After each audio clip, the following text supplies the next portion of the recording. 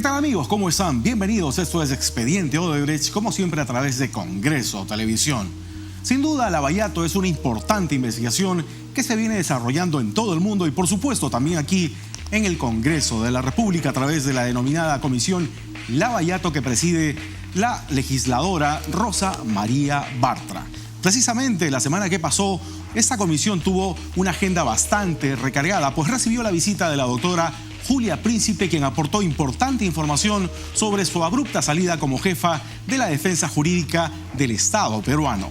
Vamos a ver a continuación algunos de los pasajes más importantes de su presentación aquí en la Comisión Lavallato en el Congreso de la República. El Consejo de Defensa Jurídica del Estado garantizó la labor de los procuradores, aun cuando el Ejecutivo demostraba desinterés. ¿Cómo es que el Ejecutivo piensa luchar contra la corrupción y el crimen organizado? ¿No tenemos acaso fundados motivos para sostener que no existen políticas de Estado ni estrategias? Tachar caras en un banner de fotografías no es suficiente. ¿Cómo se piensa reforzar el sistema jurídico del país si se desatiende a las procuradurías, como lo he reseñado? Del 19 de julio a la fecha, se ha retrocedido en todo lo que el Consejo de Defensa Jurídica avanzó. Quiero, si me permite, leer un párrafo del artículo que escribió el congresista Gino Costa con respecto a mi persona. El 23 de junio del 2014. Julia Príncipe Trujillo, señora procuradora, por Gino Costa. Si la verdad y la justicia empiezan a abrir paso, es por funcionarios honestos y valientes como Julia Príncipe. Voltearle el partido al crimen demanda que los servidores públicos ejemplares como ella, que no son pocos, no la tengan tan difícil y no se les escamotee el necesario apoyo político y financiero, y que los cómplices de los criminales en el aparato público, que tampoco son pocos, estén donde deben estar, en la cárcel. ¿Recuerda usted este artículo, congresista, con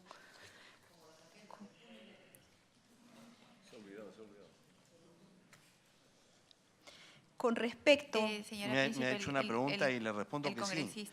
Por supuesto que lo recuerdo y me ratifico en lo dicho en ese artículo en lo que toca a su desempeño como procuradora de lavado de activos, sin ninguna duda. Gracias, congresista Costa. Señora Príncipe, una interrupción le solicita a la congresista Alcorta. Yo quería abonar lo que dijo el congresista Mauricio Mulder, ¿no? Porque además la ministra de Justicia dijo, ¿no?, nombrar y evaluar las sanciones de todos los procuradores. El Ejecutivo no tendrá ninguna injerencia. Los procuradores deben defender los intereses del Estado, no del gobierno de turno. Y el Consejo tendrá absoluta autonomía y será garante de la conducta de los procuradores. Pero no fue así. El gobierno se metió y convirtieron el tema en político. Gracias. Señora Príncipe, para que responda. Sí, señora presidenta. A las preguntas formuladas por el congresista Mulder. Efectivamente, se ha referido a la denuncia formulada contra el presidente PPK. Efectivamente, los procuradores están facultados para denunciar.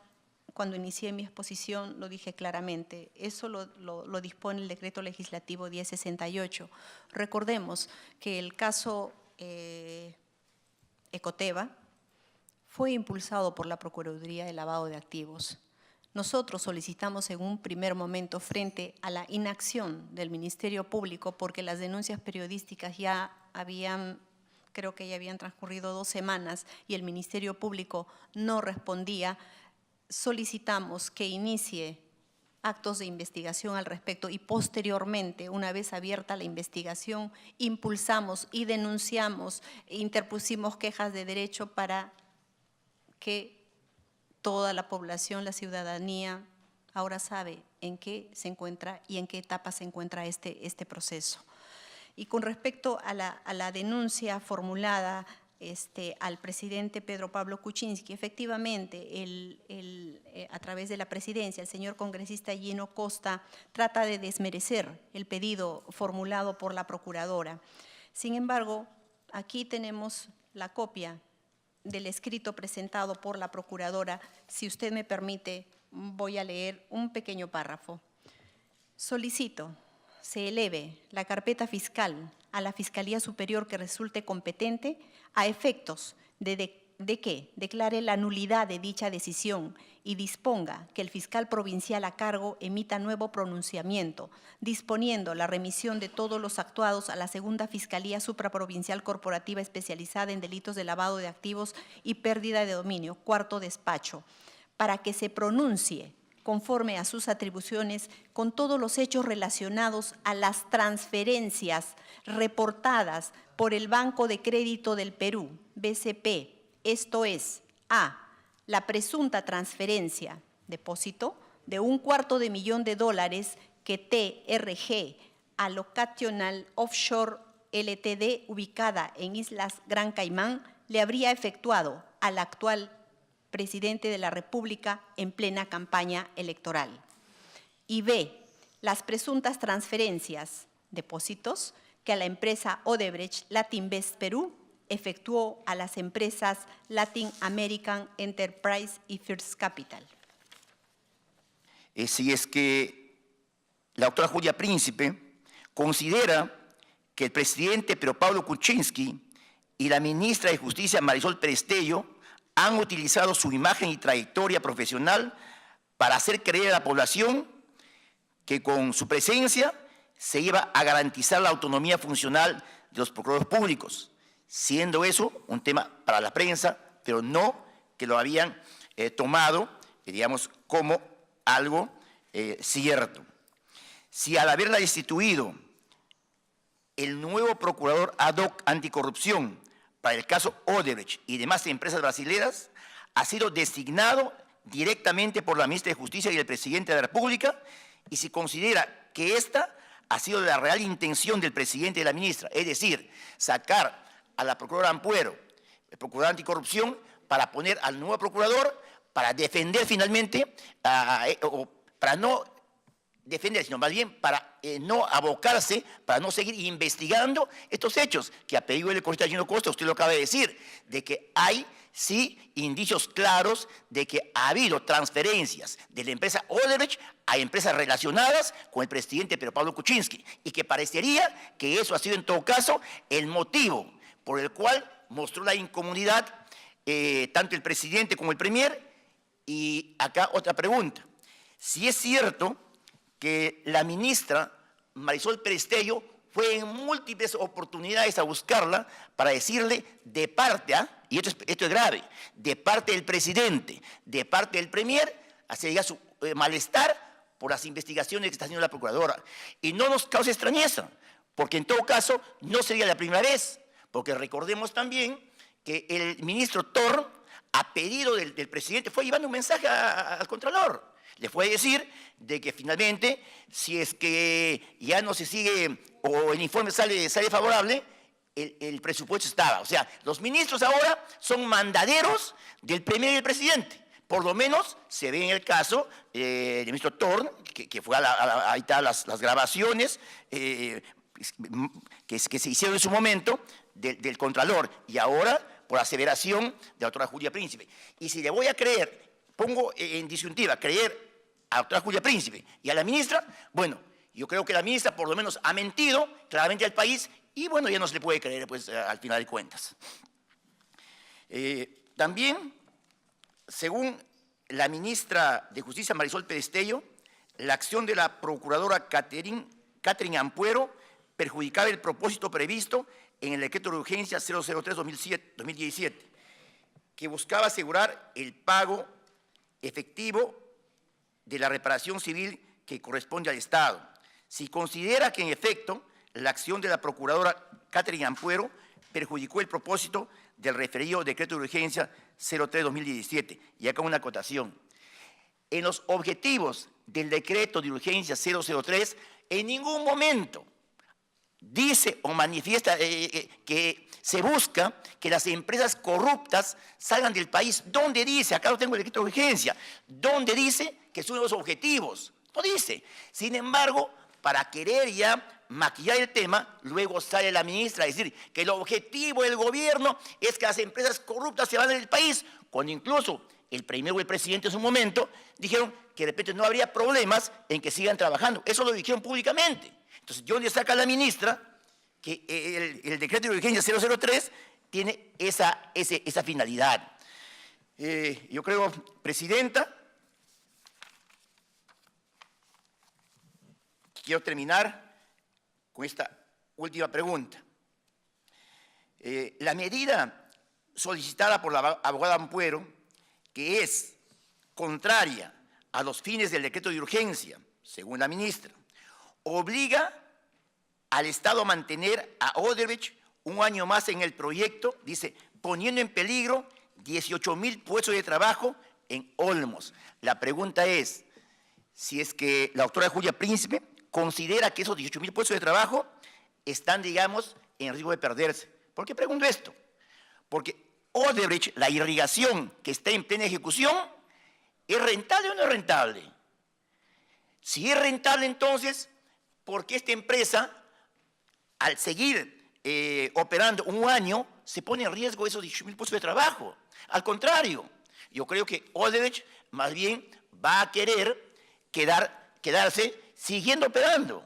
¿Por qué? Porque es totalmente rentable. Tan es así que hasta el momento 1,5 millones de soles ha ingresado al fideicomiso por esta operación de Odebrecht. Entonces yo creo que cuando la ministra dice que se va a perder esos puestos de trabajo, no se condice con el real, salvo pues que en un año la empresa esta está perdiendo plata, operar la concesión no es rentable, entonces puede haber esa posibilidad. Y está de acuerdo con esa aseveración de la ministra presidenta. Gracias. Gracias, congresista Becerril. Señora Príncipe. Sí, señora presidenta. Efectivamente, creo que teniendo en cuenta y conociendo los últimos hechos, está más claro que este gobierno intentó o utilizó mi imagen para dar la impresión de que lucharía contra la corrupción. Creo que el objetivo en sí fui yo y el pedido de inhibición de la ex procuradora Ampuero solo fue una excusa. Pero en el caso de la señora Príncipe sería interesante, Presidenta, que nos diga el nuevo procurador que reemplaza a la gestión de la señora Ampuero, quién es, qué experiencia tiene, qué cosa va a hacer. Nos han dicho o acá hemos escuchado que todo su equipo ha sido licenciado. Entonces, eso es como licenciar a todo el Congreso o licenciar a todo un gabinete. Es decir, ¿quién recoge el trabajo que se ha hecho? ¿Quién continúa con el trabajo que se ha hecho? Con las medidas que se han pedido o se han tomado. Entonces, todos han salido fuera, licenciados. Que nos diga también de esas alabanzas tan puntuales y generosas de la ministra de Justicia, que después han cambiado. Bueno, si ella ha aceptado el día de hoy que no se sabe si Olmos se vendió o no se vendió, a cuánto se vendió y a quiénes se vendió. Y la ministra de Justicia ha hablado de 18,000 puestos de trabajo que se perderían. ¿Dónde está eso? ¿Dónde está? ¿Ha mostrado una planilla? ¿Tiene un informe de salud que dice que todos están inscritos y pagando sus beneficios sociales? ¿Dónde están los 18,000 personas? Porque que se sepa hay 5,000. 5,000. Y muchos de ellos trabajando para los propietarios de las tierras que han comprado, ganando el sueldo mínimo además. ganando 850 soles, o sea, 5.000 puestos de trabajo y mal pagados inclusive. ¿Dónde están los 18.000? Y entonces, ¿dónde está? ¿Cuánto costó Olmos? ¿Cuánto ha costado Olmos? ¿En cuánto se ha vendido? ¿Cuánto debe? Porque según la información que tenemos debe como 100 millones de soles. Eso estamos hablando de 30 millones de dólares. ¿En cuánto lo quiere vender? ¿En 500? ¿580? ¿Cuánto ha invertido Odebrecht de su bolsillo en Olmos? 33 millones, que curiosamente coincide con la cantidad que debe a sus proveedores. Y la pregunta es, ¿por qué no pagó a sus proveedores si ya vendió Rutas de Lima en 500 millones de dólares? O sea, la procuradora, que es la defensora del Estado, no conoce estos detalles. Y la ministra de Justicia tampoco, porque si la ministra de Justicia habla de 18.000 puestos de trabajo, cuando son 5.000, o sea, la ministra de Justicia está desconociendo o ignorando o queriendo ignorar una realidad. Sin duda, importante información proporcionada por la doctora Julia Príncipe y que servirá para el desarrollo de la investigación aquí en la Comisión Lavallato en el Congreso de la República. Ahora bien, ¿cómo viene caminando la investigación Lavallato en el resto del mundo? En Argentina, en Brasil, en Chile, en Centroamérica. A continuación le presentamos Lavallato en el resto del mundo. Vamos a verlo. Nombres de los involucrados en el escándalo de corrupción de Odebrecht en Pemex, pero todavía no lo hace. La PGR informó que personal estuvo en Brasil para recabar datos de la investigación que realizan autoridades de ese país sobre la empresa Odebrecht. En esa visita se tomó la declaración ministerial a directivos. La Fiscalía brasileña indicó que hasta ahora no está en condiciones de dar una fecha para otorgar respuestas a México sobre los avances en la indagatoria, pero manifestó, eso sí, su disposición de compartir información de manera gradual, sin proporcionar una fecha tentativa sobre el turno que le correspondería en esta ocasión a México. Hay más de 10 países que están en fila para recibir esta información de la Fiscalía de Brasil sobre lo que les han confesado allá directivos de este corrupto consorcio sudamericano. La ruta de lavado de activos que tiene la Fiscalía inicia con el empresario Federico Gaviria, condenado por el carrusel de la contratación de Bogotá y hoy considerado cerebro de la estructuración de la licitación para la construcción de la Ruta del Sol 2 y encargado de repartir las coimas. ¿Cómo lo hicieron? A través de la empresa de estudios y asesorías en proyectos energéticos y obras civiles, Consultores Unidos, con sede en Colombia y en Panamá, y de propiedad de Eduardo José Zambrano, también capturado por el escándalo de Odebrecht. Noticias Caracol conoció que Gaviria y Zambrano lavaron, según la Fiscalía, entre 2013 y 2016, 12 millones de dólares. El dinero, según le contó el ex senador Otto Bula a la Fiscalía en las más de 4 declaraciones que ha rendido como parte de su pacto de colaboración, llegó a manos de congresistas, algunos miembros de las comisiones económicas y exfuncionarios del más alto nivel. En la declaración, según los investigadores, salió mal librado el senador de la U, Bernardo Miguel El Ñoño Elías. Por el entramado que mañana la Fiscalía llamará empresa criminal, a Federico Gaviria le imputarán lavado de activos, concierto para delinquir agravado, cohecho y falsedad en documento. Por su parte, a Eduardo Zambrano le imputarán concierto para delinquir, lavado de activos y enriquecimiento ilícito de particulares. Zambrano era cercano al exdirector del Invías, Daniel García Arizabaleta, quien también está en la mira de la Fiscalía. El testigo lo afirma sin rodeos. El ex senador Plinio Olano, hoy director de la Federación Nacional de Departamentos, era parte del equipo de Odebrecht en Colombia. De hecho, aseguró, hizo parte de una supuesta estrategia de acoso para asegurar el negocio de la Ruta del Sol al consorcio integrado por Odebrecht. Una de las personas que mencioné como parte de esa estrategia de acoso fue al senador en ese entonces, Plinio Olano.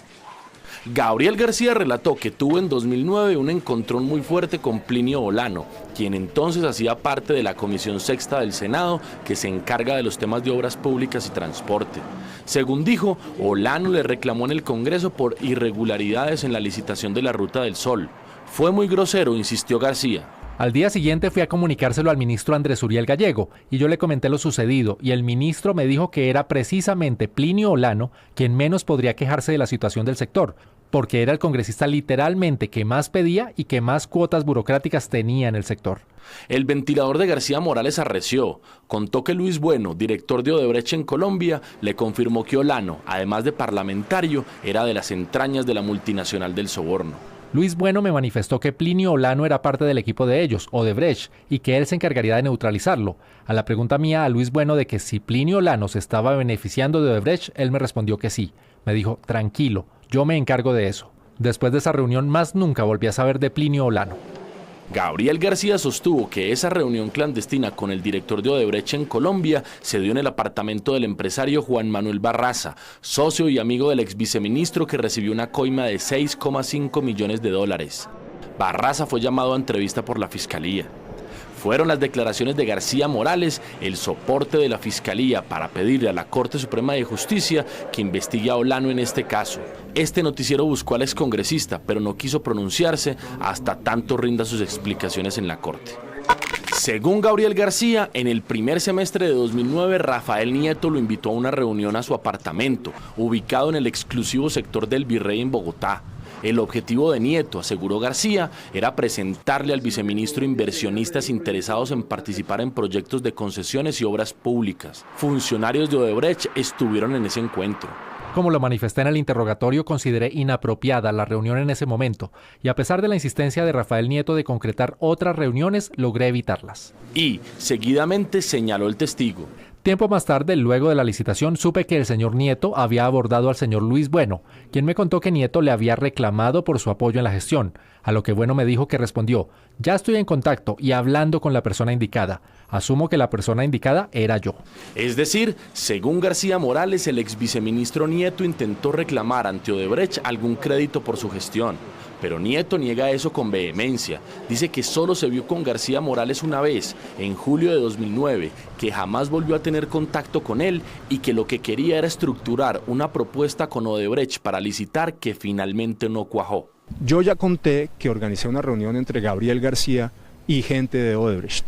Esa reunión tuvo lugar porque Odebrecht tenía un conjunto de dudas sobre cómo se podría hacer una inversión en materia de infraestructura en Colombia y pensaba que no estaban dadas las condiciones. Muy incómodo con este episodio, Nieto añadió. Al final Odebrecht no acepta los posibles socios que yo le ofrezco y termina asociándose con Corficolombiana, con quien yo nunca había hablado, y con Los Solarte, con quien yo nunca había hablado. Y es decir, finalmente tuve una gestión fallida. Los contactos que pueda haber entre Odebrecht y Gabriel García debieron ocurrir después. Yo no supe de ellos ni tuve ninguna participación. Para el próximo 27 de marzo, Nieto fue citado a entrevista por la Fiscalía.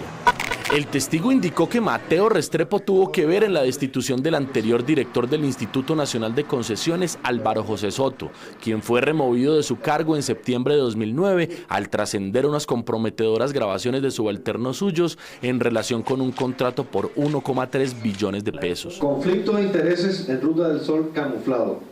Una vez Soto por fuera, Gabriel García asumió las riendas del INCO. Mateo Restrepo expidió un comunicado cuando fue llamado a interrogatorio por la Fiscalía. Allí explicó que su paso por el gobierno fue honorable y que estaba dispuesto a dar todas las explicaciones a la justicia. Que el tiempo le ha dado la razón, asegura Jorge Rodríguez, quien forma parte de la Comisión Ciudadana Anticorrupción del Ecuador, tras denunciar casos de corrupción vinculados al pago de sobornos de la empresa Odebrecht, fue sentenciado en abril junto a 8 de sus compañeros a prisión por injurias. Una pena que no cumplieron, pues quien les impuso la querella la retiró después. Esa persona era el entonces contralor Carlos Polit, quien acabó destituido tras un juicio político y ahora está de nuevo en el centro de la polémica por la publicación de unos audios de supuestas conversaciones con un superintendente de Odebrecht y donde afirmaría haber recibido coimas en efectivo. Estos audios, que forman parte de un reportaje en conjunto de varios medios de la red de investigaciones periodísticas estructuradas, también involucrarían al vicepresidente de la República, Jorge Glass, en el cobro de sobornos. El comisionado Rodríguez cree que la justicia debe actuar sin blindar a nadie. Hay una repugnancia generalizada en el país, que eso tiene que ser castigado de alguna manera.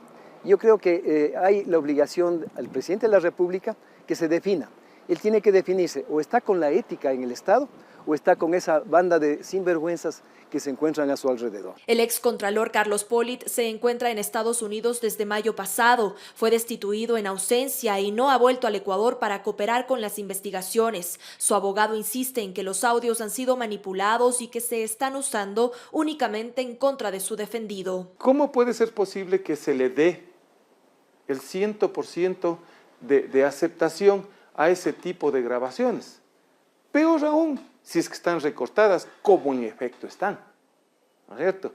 Entonces, el origen es muy dudoso. El vicepresidente del Ecuador, a través de un comunicado, reaccionó el martes a la publicación de los audios, diciendo que ratifica su voluntad de apoyar todas las investigaciones sobre corrupción. Este miércoles volvió a emitir un comunicado y se defendió de las acusaciones y de las presiones desde la oposición para que dimita. Señaló, y citamos: "Me han acusado de todo y no han podido probar nada, porque no he hecho nada malo, pero sé que no necesitan pruebas para seguir atacándome hasta destruirme". El presidente se han reflejado en el comunicado de Jorge Glass, donde cuestiona a Lenín Moreno en su forma de conducir el gobierno. El primer mandatario anunciará en las próximas horas qué acciones tomará al respecto. A través del Consejo de Política Económica y Social COMPES, celebrado el 2 de octubre del 2014, los participantes declararon de importancia estratégica el corredor Ocaña-Gamarra y las conexiones a puertos fluviales al norte y sur de Gamarra. Si bien la adición de dicho tramo a la Ruta del Sol finalmente fue hecha por la Agencia Nacional de Infraestructura, ANI, el COMPES dio viabilidad económica a dicha obra, sobre la cual se ha puesto la lupa tras el escándalo de Odebrecht, empresa brasileña que tenía a cargo la construcción de esta. Por este COMPES, la Procuraduría recientemente decidió abrir investigación a las exministras Cecilia Álvarez y Gina Parodi para determinar si podría existir algún conflicto de interés al participar de dicho COMPES. Entendí, señor. Con esta respuesta ante un juez de control de garantías, Mauricio Vergara aceptó ser responsable del delito de falsedad ideológica en documento privado. El consorcio Sion, que usted representaba con el señor Gabriel Alejandro Dumar Lora, se prestaron para simular esos contratos. Los investigadores establecieron que fueron 5 empresas con las cuales simularon contratos para direccionar los dineros a altos funcionarios.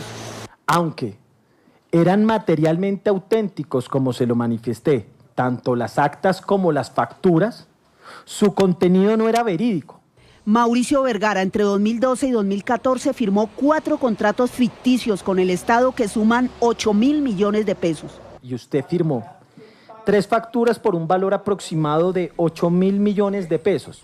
También la Fiscalía pudo demostrar en dichos contratos los vínculos con el detenido senador Ñoño Elías, Musa Besaile y Antonio Guerra de la Espriella. El empresario Gabriel Dumar Lora, reconocido socio político del cuestionado senador Bernardo El Ñoño Elías, se entregó hoy a la justicia por el escándalo de Odebrecht, tal como lo informó la Fiscalía a través de este comunicado. En contra de Dumar Lora pesaba una orden de captura por los delitos de lavado de activos y enriquecimiento ilícito. Sin embargo, ahora se podría convertir en testigo si los investigadores aceptan las pruebas que presuntamente se comprometió a aportar y que demostrarían la firma de contratos simulados para recibir los sobornos de la multinacional brasileña por más de 30.000 millones de pesos y que tendrían como destino congresistas y particulares. El empresario Mauricio Vergara Flores, quien también participó en esta simulación de contratos, se entregaría a la Fiscalía en las próximas horas, según lo confirmó su defensa. Ante estas y otras versiones, la abogada del Ñoño Elías, quien se podría haber salpicado por estas revelaciones, reaccionó. Tiene en su contra un proceso de extinción de dominio en las calidades que le describo, pues las presiones existen. Por el proceso que se adelanta contra el senador Elías Vidal, hoy declaró en la Corte Suprema de Justicia el ex viceministro Gabriel García Moreno. Año 2008, el director general de la FAO dijo que se necesitaban 30.000 millones de dólares anuales para erradicar el hambre en el mundo. Eso lo dijo el director de la FAO. Bueno, este es el monto que el Estado venezolano desembolsó, le pagó a Odebrecht en 11 obras de infraestructura que están inconclusas, entre las cuales está el tercer puente sobre el río Orinoco y el metro Caracas-Guatire. Actualmente tenemos 36.124 investigaciones por corrupción y van en aumento. Esto ha venido aumentando. Pero ¿cuál es una de las que más nos preocupa? Es el caso que ha puesto a tambalear a los grupos del poder sin importar sus arengas ideológicas. 9 letras nada más. Odebrecht. ¿Cómo se encuentran esas obras en la actualidad? A simple vista ustedes pueden constatar cómo están esas obras. paralizadas, ¿quién se hace responsable de eso? ¿A quién le reclamamos? ¿Quién le da la cara al país de ese desfalco?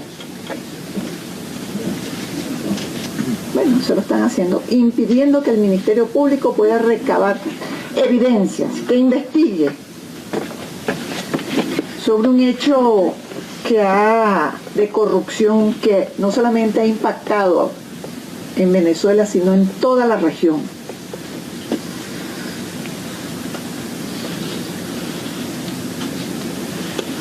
Y hemos corroborado que hay muchos funcionarios venezolanos activos que aparecen involucrados en esas irregularidades.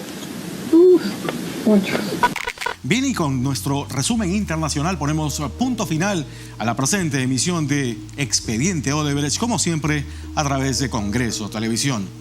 Cristian Peralta en la dirección, Miguel González en la producción y Guillermo González les decimos muchas gracias por su audiencia. Hasta la próxima. Nos vemos pronto.